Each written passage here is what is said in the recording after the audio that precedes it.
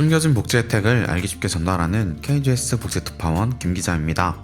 최근 정부에서 연금개혁안을 발표했는데요. 국민연금 보험료율, 소득대체율 인상과 자동 안정화장치 시행 내용을 담고 있습니다. 내용이 조금 어려워서 많은 분들이 혼란스러워 하시는 와중에 많은 분들이 정부안에 큰 비판을 하고 있는데요. 과연 어떤 내용인지 오늘 자세히 설명해 드리겠습니다. 몰라서 못 받는 복지 혜택, 이젠 놓치지 말자. 구독과 좋아요, 알림 설정을 눌러주시면 보다 빠르게 소식을 받아볼 수 있습니다.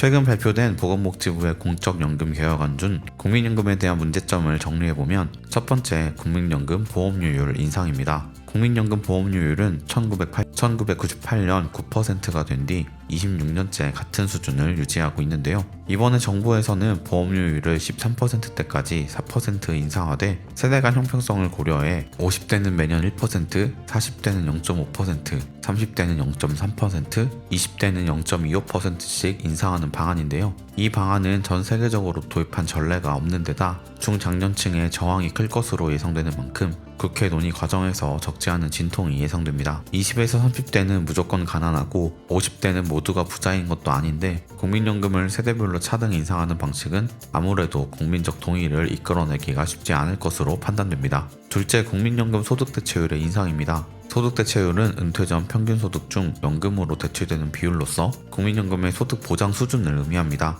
예를 들어 은퇴 전 평균 소득이 300만 원인 분에게 소득대체율 40%를 적용하면 매달 120만 원의 국민연금을 받아야겠지만 소득대체율은 40년 가입을 전제로 하기 때문에 1988년 처음 도입된 우리나라의 국민연금은 아직 40년도 되지 않았고 국민연금 가입자의 평균 가입 기간 또한 20년에 불과한 것을 감안한다면 은퇴 전 평균 소득이 300만 원이었어도 국민연금은 약 60만 원 정도밖에 받을 수 없는 것입니다. 그렇다면 앞으로 시간이 흐르면 국민연금 평균 가입 기간이 늘어나서 실질 소득대체율이 높아지게 될까요? 하지만 최근 국민연금공단이 국회에 제출한 자료에 따르면 시간이 한참 흘려 2093년이 돼도 국민연금 평균 가입 기간은 30년이 안 될 것이라고 예측하고 있습니다. 2024년 현재 국민연금 평균 수급액이 64만 원이고 이마저도 50% 이상이 40만 원 미만의 국민연금을 받고 있는 상황을 고려한다면 참으로 심각한 상황 속에서 정부에서는 2028년 40%까지 떨어질 소득대체율을 올해 기준인 42%에서 더 이상 낮추지 않고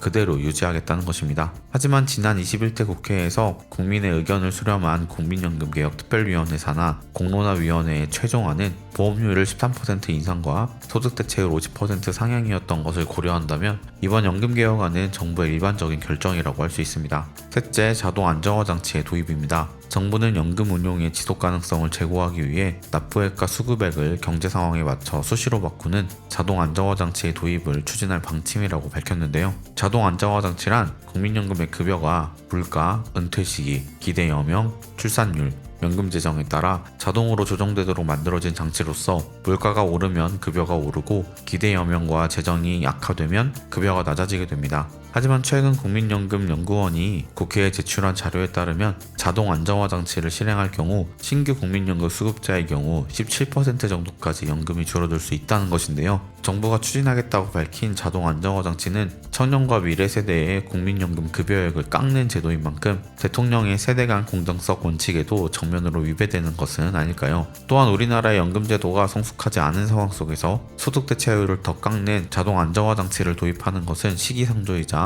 국민연금 제도의 신뢰를 더욱 하락시키지 않을지 우려가 되는 것이 사실입니다. 넷째, 국민연금 의무 가입 기간의 연장입니다. 현재 18세에서 59세 사이의 대한민국 국민은 국민연금 의무가입 대상으로 만 60세가 되기 전까지 국민연금 보험료를 납부해야 하고 최소 10년은 가입해야 국민연금을 연금 형태로 받을 수 있습니다. 사실 1988년 처음 국민연금이 도입되었을 때 연금을 받기 시작한 나이는 원래 법적 정년과 같은 60세였지만 2013년부터 재정 안정 차원에서 61세로 연장됐고 이후 5년마다 한 살씩 늦춰져서 2033년 1969년생부터는 만 65세에 연금을 받도록 법이 개정되었는데요. 물론 현재도 국민연금 가입 연령과 상관없이 이미 계속 가입을 통해 보험료를 64세까지 낼 수 있지만 만 60세 이상은 의무 가입 대상이 아니므로 고령자를 고용하는 사업주에게 보험료 절반을 지원할 의무가 없습니다. 따라서 취업을 한 60세 이상 고령자는 보험료를 본인이 모두 부담해야 하지만 이번에 정부의 연금개혁안대로 국민연금 의무 가입 기간이 64세까지로 연장된다면 사업주는 만 64세까지 보험료의 절반을 납부해야 할 의무를 갖게 되는 것입니다.